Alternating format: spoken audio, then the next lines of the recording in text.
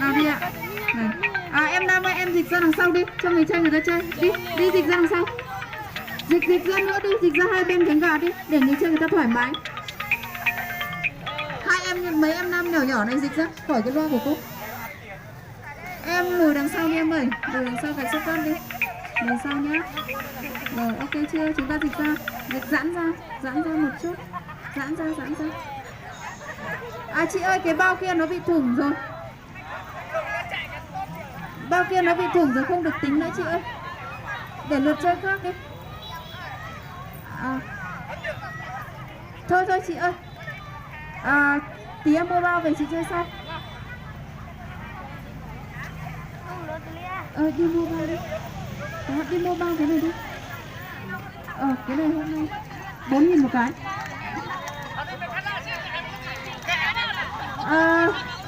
Khán giả hai bên cánh gà chúng ta dịch sang đi. Dịch ra đằng sau đi em ơi. Mấy bạn nam nhỏ đứng trước mặt cô ấy, đứng ra sau các bạn nữ đi. Đi. Đứng ra sau các bạn nữ đi. Có nghe được không nhỉ? Lùi ra đằng sau đi. Phía bạn xuất phát kia dịch ra đằng sau để người chơi thoải mái. Em ơi, sẵn sàng chưa? Cô đếm đến 3 nhé. 1, 2, 3, xuất phát. Cố lên. Vâng, không bỏ cuộc. Tinh thần rất quyết tâm. Chúng ta rất quyết tâm. Cố lên.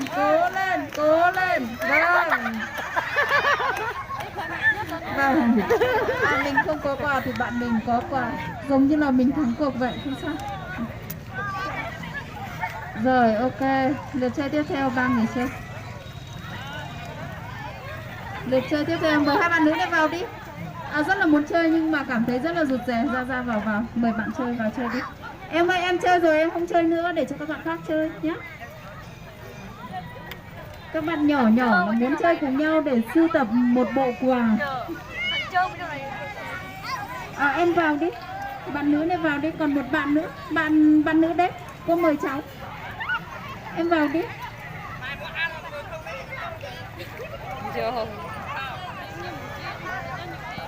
Vào đi, hai chị vào vị trí đi.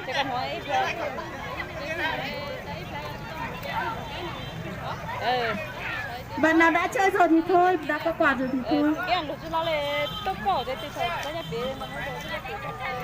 Liên tục tuyển người chơi. Mời các bạn vào vị trí. Em ở vị trí số 3, em lùi lại đằng sau một bước. Em gái, đúng không?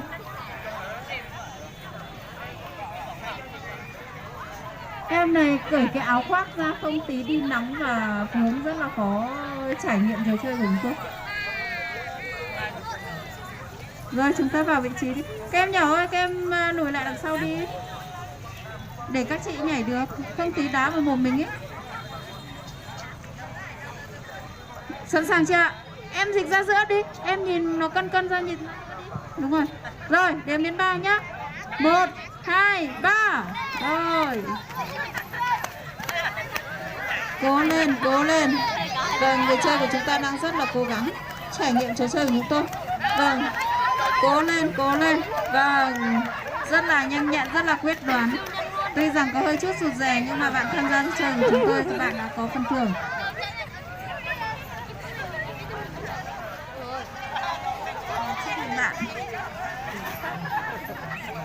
Em đã chơi rồi, em cho người khác chơi. Bạn nào đã chơi rồi thì cho người khác chơi. Tránh bạn B1, bạn thì rất nhiều quà, bạn thì không có quà. Bạn liên tục tuyển các chị. Em rất là ưu tiên cho các chị mặc váy. Các chị ơi, em mời các chị. Chị vào đi. Vâng, lượt chơi tiếp theo rất là đặc biệt. Em chào đón chị Giàng Thị Ái, Chủ tịch Phụ nữ xã Kim Nội. Chị ơi, chị chạy cẩn thận đừng rụng thịt nhé, em không nhặt đâu, em cũng đang thừa thịt. Vâng, vừa ba chỉ vừa mông em cũng đang thừa, em không lấy đâu ạ. Bạn nhỏ này nhảy rồi đúng không? Nhường cho các chị đi. Nhường cho các chị đi. Em nhảy rồi thôi. Bạn nào nhảy rồi thì thôi, nhường cho các chị. Em dịch ra xa một chút này. Cái chỗ này, chúng mình dịch ra xa kia một chút nhé. Đi. Chị ơi, chị vào chỗ này đi. Dịch ra bên này. Em ra đằng sau không tí là họ đạp vào mình ấy.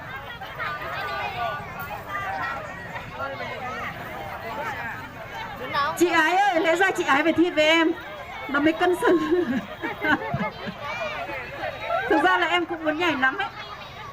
Chị ơi, chị dịch sang bên này tí, sức mạnh của mình lại. Vâng. Có chị ở giữa thì rất là căng thẳng, chắc đang suy nghĩ là không biết chiến thuật của mình như nào đây. Vâng. Đấy. Vâng, chị đang thực hành, các chị lùi lại đằng sau để em cho xuất phát luôn bây giờ ạ. Vâng, chị đang chỉnh sửa lại quân tư trang để trải nghiệm trò chơi của ban tổ chức chúng tôi. Vâng, lượt chơi tiếp theo, xin mời quý vị hướng mắt về phía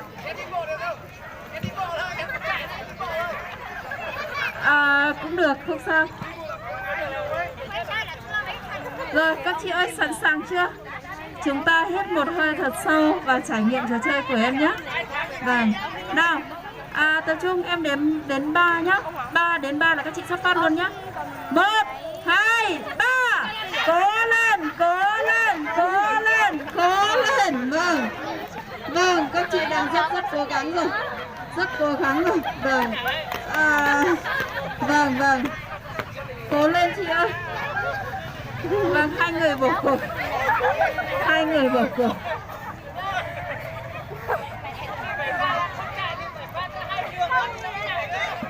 Vâng, đó là công tác dân vận của chủ tịch phụ nữ. Đừng nghe em nói và hãy nhìn em làm. Vâng, chị ơi, em rất là ngưỡng mộ. Em gửi chị phần quà. Vâng, chúng ta tham gia được chơi, có quà về cho chồng, có quà về cho con, rất là phấn khởi, đúng không ạ? Vâng. Vâng, rất là xuất sắc. Các chị ơi, chúng ta vào nhảy để giảm cân, giảm mỡ, để người chồng yêu mình hơn. Với khi thì yêu một, nhưng sau trò chơi của chúng em thì chồng, vợ, con sẽ yêu 10. Em mời các chị mặc váy tham gia trò chơi ạ, đang rất ưu tiên. Các chị ơi.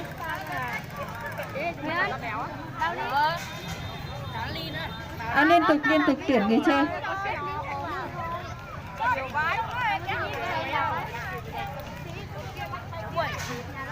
Chắc là chị Tòng luôn. Bầu mà. Nó cứ bầu quá. Rồi. Mày tao đủ tóc rồi. Con gá.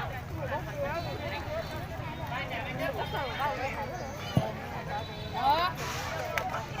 Này nha.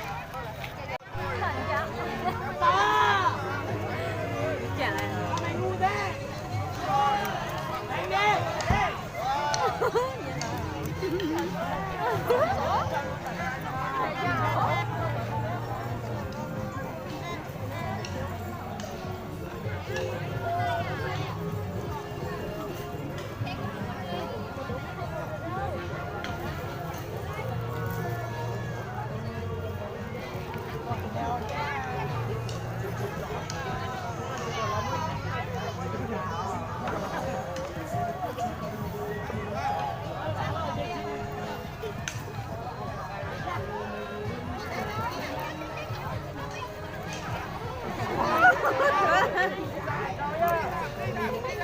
Cho một thằng chả.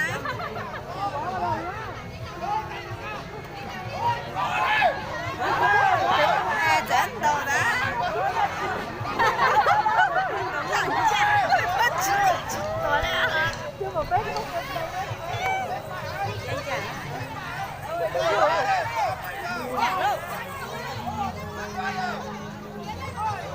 Khai lối tưởng nó muốn cho sợ.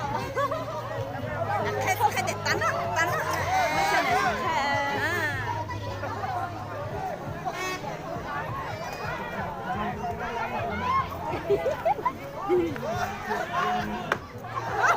nó sâu.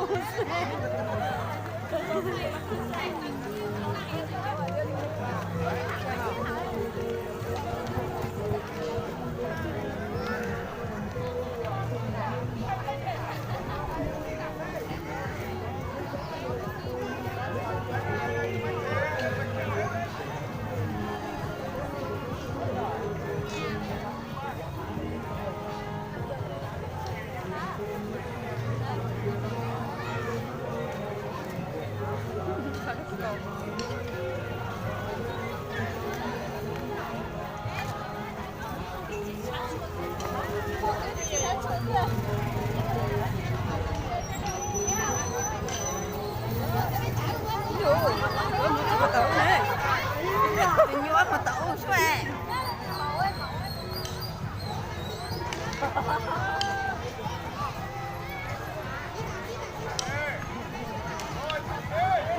됐다.